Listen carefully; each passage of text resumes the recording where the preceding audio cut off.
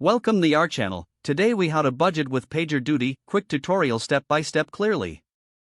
Start by logging into your PagerDuty account. Once logged in, navigate to the billing section in the main dashboard. In the billing section, locate the option for budgeting. Click on budgeting to access the budget management tools. Here, you'll see an overview of your current budget and any allocated funds. To create a new budget, select the Create Budget button.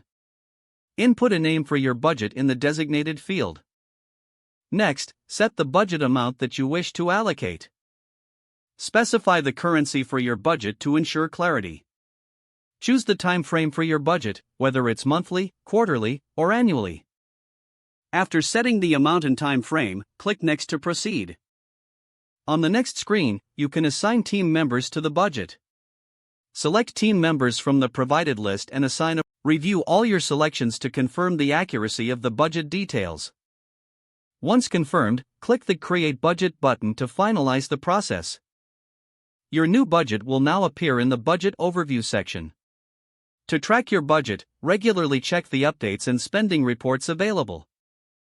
Adjust your budget as needed by returning to the Budgeting section. Use insights from spending reports to make informed budget decisions in the future. If the page does not load, refresh the browser or try again in a private or incognito window. Make sure you are using the correct email address, then retype it carefully to avoid small typos. If your password is not accepted, use the reset option and create a new. Check your spam folder for verification or security emails, then complete any requested confirmation steps. Enable two-factor authentication if available to improve account security and reduce unauthorized access risk. After signing in, review your profile details so your contact information and settings are accurate and current. If you see an error message, note it down and try again after restarting your device and internet connection.